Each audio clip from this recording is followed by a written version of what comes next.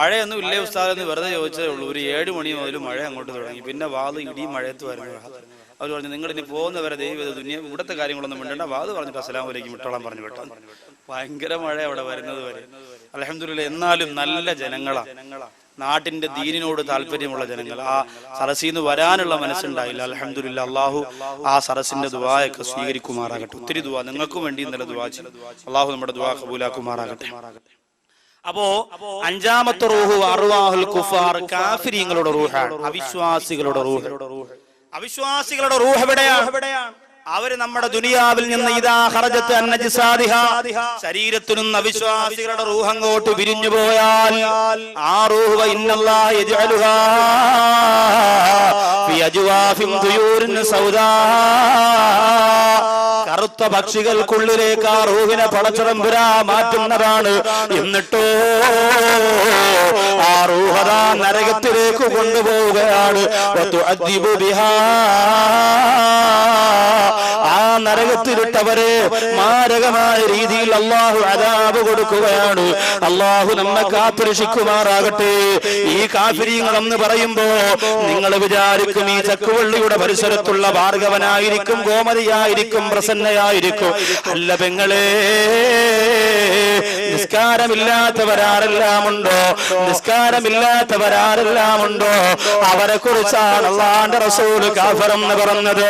നിസ്കാരമില്ലാത്തവരെ വിശ്വാസികളുടെയും അവിശ്വാസികളുടെയും വേർതിരിക്കുന്നത് അത് നിസ്കാരമാണ് എന്ന് അല്ലാഹുവിന്റെ ഹബീബ് പഠിപ്പിക്കുമ്പോ, എന്റെ പ്രിയപ്പെട്ടവരെ, നിസ്കാരത്തിൽ കൃത്യതയില്ലാതെ ജീവിക്കുന്നവര്, സമയമുള്ളപ്പോ മാത്രം ചെയ്യാൻ വേണ്ടി മനസ്സ് കാണിക്കുന്നവരെ, കാഫിരീങ്ങളുടെ ലിസ്റ്റിൽ നിങ്ങൾ പെടല്ലേ, അവിശ്വാസികളുടെ പട്ടികയിൽ നിങ്ങൾ പെട്ടുപോകല്ലേ. എന്നാൽ കുടുങ്ങി മോളെ, അല്ലാഹു നമ്മെ കാത്തുരക്ഷിക്കട്ടെ. സഹോദരിമാര് വാത് കേട്ട് നിസ്കാരം തുടങ്ങും. വാത് കേട്ട് നിസ്കാരം തുടങ്ങിയിട്ടോ അൽഹംദുലില്ലാഹ് നാളെ മുതൽ നിസ്കരിക്കണമെന്ന് തീരുമാനിച്ചു. എല്ലാ സ്ത്രീകൾക്കും ഒരു മാസത്തിൽ 6-7 ദിവസം ശരീരത്തിന് അശുദ്ധിയുണ്ടല്ലോ, ആ അശുദ്ധിയുടെ സമയം അവൾക്ക് നിസ്കാരം ഹറാമാണ്. ഏതെങ്കിലും ഒരു പെണ്ണ് അശുദ്ധിയുടെ സമയം നിസ്കരിക്കാത്തത് കൊണ്ട്, നിസ്കാരം ഹറാമായതുകൊണ്ട് ആ സമയത്ത് മനസ്സുകൊണ്ട് കരുതുന്നു, അല്ലാഹ് നിസ്കരിക്കാതിരിക്കാൻ എനിക്ക് കഴിയുന്നില്ല, പക്ഷേ എന്റെ ശരീരത്തിന് അശുദ്ധി ഉള്ളത് കൊണ്ട് നിസ്കരിക്കണ്ട എന്ന നിയമം നീ തന്നെയാണ് പഠിപ്പിച്ചത് പടച്ചതമ്പുരാനെ.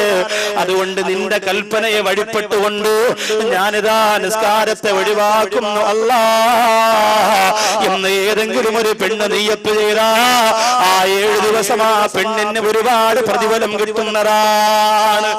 ഇങ്ങനെ ഒരു നിയ്യത്ത് ചെയ്താൽ അശുദ്ധിയുടെ സമയത്ത് പോലും ആ പെണ്ണിന് ഒരുപാട് പ്രതിഫലം കിട്ടും. വെറുതെ അല്ല, നിങ്ങളുടെ കുറ്റം കൊണ്ടല്ലോ അള്ളാഹു നിങ്ങൾ അങ്ങനെ ആക്കിയത്. നിങ്ങൾക്ക് അള്ളാഹു സുബ്ഹാനഹു വ തആല അങ്ങനെ ഒരു ശരീര പ്രകൃതി, അതിന് നിങ്ങളെ കുറ്റപ്പെടുത്താൻ പാടില്ലല്ലോ.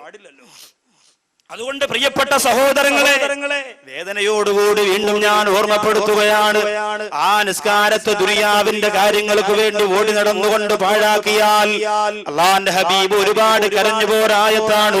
വഖലഫ മിൻ ബഅദിഹിം ഖൽഫുൻ അല്ലാഹു സ്വലാഹ് വത്തബഉ ശഹവാ വസൗഫ യൽഖൗന ഗയ്യാ. അങ്ങയുടെ കാലശേഷം ഒരു കാലഘട്ടം വരാനുണ്ട്. ആ കാലഘട്ടത്തിലെ ജനങ്ങളാരാ? അല്ലാഹു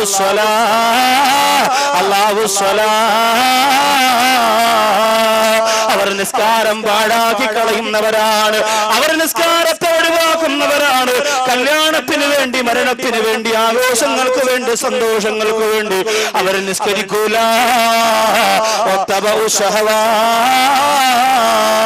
അവരുടെ ശരീരം എന്ത് ആഗ്രഹിക്കുമോ ആ ശരീരത്തിന്റെ ആഗ്രഹത്തിന്റെ പിന്നാലെ പോകുന്നവരാണ്. അല്ലാഹു നമ്മെ കാത്തുരക്ഷിക്കട്ടെ. അതുകൊണ്ട് വിശ്വാസികളുടെ റൂഹാക്കി നമ്മൾ മാറ്റണം. മരണത്തിന്റെ സമയമാവട്ടെ ഉസ്താദേ എന്നിട്ട് മാറ്റാം എന്ന് പറഞ്ഞ് നിങ്ങൾ ആരും കരുതണ്ട. എപ്പോ മരിക്കുമെന്ന് നമുക്ക് പറയാൻ പറ്റുമോ? നിങ്ങളെല്ലാവരും ദുആ ചെയ്യണം. ദീനീ പ്രവർത്തകനായ തട്ടത്തുമലയിൽ വാഴോട് എന്ന് പറയുന്ന സ്ഥലത്ത് ഷാനവാസ് എന്ന് പറയുന്ന ഒരു സഹോദരനുണ്ട്. എന്റെ പ്രഭാഷണം കേട്ട് എന്റെ ഏറ്റവും നല്ല സുഹൃത്തായി മാറിയ ഒരു സഹോദരനാണ്. ആ സഹോദരന്റെ അനുജൻ ഇന്നലെ വൈകുന്നേരം നിലമയിൽ വെച്ചൊരു ബൈക്ക് ആക്സിഡന്റ് സംഭവിച്ചു. ഗോകുലം മെഡിക്കൽ കോളേജിൽ വളരെ അത്യാസന്ന നിലയിൽ കഴിയുകയാണ്. അള്ളാഹു ആ സഹോദരന് ആഫിയത്ത് പ്രദാനം ചെയ്യുമാറാകട്ടെ.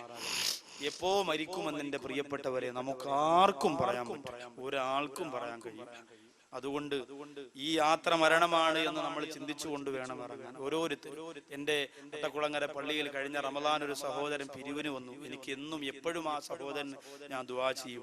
നൗഷാദ് എന്ന പേര് അതുകൊണ്ട് പെട്ടെന്ന് എന്റെ മനസ്സിൽ നിന്ന് മായുന്നില്ല. റൂമിൽ വന്നിട്ട് ആ സഹോദരന്റെ കൈ വിരലിങ്ങനെ മടങ്ങിയിരിക്കുന്നു. അതുപോലെ തന്നെ ആ സഹോദരന്റെ ചിറി ഇങ്ങനെ ഒരുമാതിരി കൂടിപ്പോയ രീതിയിൽ ഇരിക്കുന്നു. പിന്നെ ആ സഹോദരനുള്ള രോഗം അല്ലാഹു സുബ്ഹാനഹു വ തആല കൊടുത്തിരിക്കുന്നത് അപസ്മാര രോഗമാണ്. എപ്പോഴാണ് ആ രോഗം വരുന്നതെന്ന് പറയാൻ പറ്റൂലല്ലോ. റൂമിൽ വന്നിട്ട് പറയുന്നു, ഉസ്താദേ നിങ്ങളുടെ പേരാണ് എന്റെ പേര്, എനിക്ക് ദറസിൽ പഠിക്കണമെന്ന് ഉസ്താദ് ആവണമെന്നൊക്കെ വലിയ ആഗ്രഹമുള്ള കൂട്ടത്തിലായിരുന്നു. എന്റെ ഉമ്മ എന്നെ ദറസിൽ കൊണ്ടുവന്നാക്കി. പക്ഷെ എന്റെ ഉമ്മച്ചി എന്നെ ദറസിൽ കൊണ്ടുവന്നാക്കിയപ്പോൾ ഒരു ദിവസം ഉസ്താദും ഒത്തൊരു പരിപാടിക്ക് ഒരു വീട്ടില് മുത്തലിമ്യങ്ങളാവുമ്പോ വീട്ടിൽ എന്തെങ്കിലും ആവശ്യം വന്നാൽ വിളിക്കുമല്ലോ, അതിന് പോയപ്പോ അവിടെ വെച്ച് എനിക്ക് അപസ്മാര രോഗം വന്നു.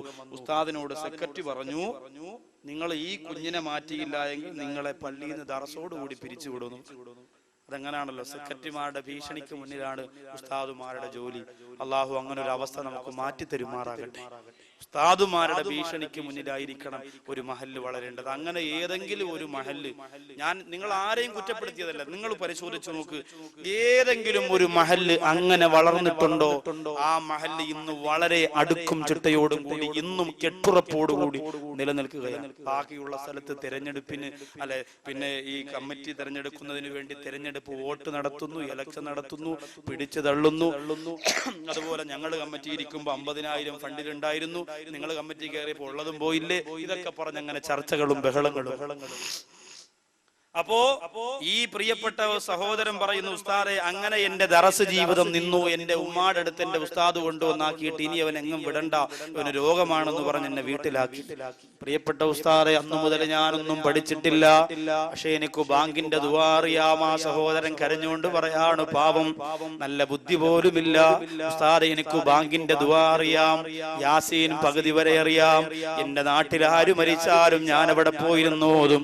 ആ സഹോദരന്റെ വീടെവിടെ എന്ന് ചോദിച്ചപ്പോൾ ആ സുഹൃത്തിന്റെ പോക്കറ്റിൽ നിന്ന് ഒരു കടലാസിൽ ആ സഹോദരന്റെ വീട്ടിലേക്കുള്ള വഴി ഇങ്ങനെ അടയാളപ്പെടുത്തിയിരിക്കുകയാണ്. വീട്ടിലേക്ക് പോകാനുള്ള വഴി എഴുതി വെച്ചിരിക്കുകയാണ്. ഇതെന്തിനെന്ന് ചോദിച്ചപ്പോൾ ആ സഹോദരൻ പറയുന്നു, എന്ന് ഞാൻ വീട്ടിൽ നിന്നിറങ്ങിയാലും ഉസ്താദേ, പിരിവിന് വേണ്ടി ഞാൻ പള്ളികളിൽ വരുന്നവനാണ്, എനിക്ക് വാപ്പയില്ല, എന്റെ ഉമ്മ രോഗിയാണ്, അതുകൊണ്ട് ഏതെങ്കിലും പള്ളിയിൽ പോകുമ്പോ ആരെങ്കിലും തരുന്ന പൈസ കൊണ്ടാണ് ഉസ്താദ് എന്റെ ജീവിതം നടന്നുകൊണ്ടിരിക്കുന്നത്. അതുകൊണ്ട് ഇത് എഴുതി വെച്ചു തന്നത് എന്റെ പ്രിയപ്പെട്ട ഉമ്മച്ചിയാണ്. കാരണം എന്തെന്നറിയോ മോനെ, വഴിയിൽ വെച്ച് എവിടെയെങ്കിലും ആരുമില്ലാത്ത ഒറ്റപ്പെട്ട സ്ഥലത്ത് വെച്ച് നിനക്ക് ഈ അസുഖം വന്നു പോരാൽ, ഈ അസുഖം വന്ന പോലെ നിന്റെ തല ഏതെങ്കിലും സ്ഥലത്തിടിച്ച് നീ എങ്ങും മരിച്ചു പോയാ, പൊന്നുമോനെ നിന്റെ മയ്യത്ത് കൊണ്ടുവരാ, നിന്റെ മയ്യത്ത് കൊണ്ടുവരാ, നിന്റെ വീട് ഏതെന്നറിയണമല്ലോ.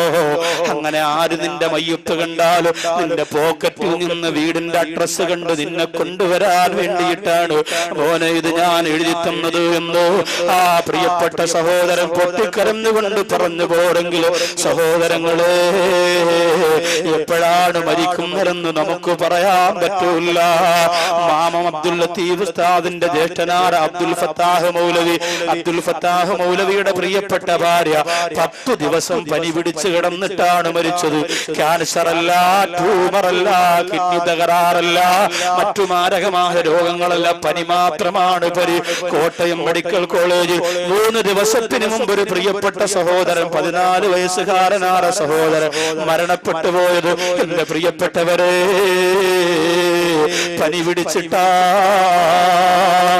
അതുകൊണ്ട് സഹോദരങ്ങളെ, നാളെ ആകട്ടെ, അടുത്ത റമളാനാകട്ടെ, നാളത്തെ വഅദ് കൂടി കഴിയട്ടെ, ഞാൻ നന്നാവാമെന്ന് തീരുമാനിക്കാറ്. ഈ രാത്രി അല്ലാഹു നിനക്ക് തന്ന രാത്രിയാണ്.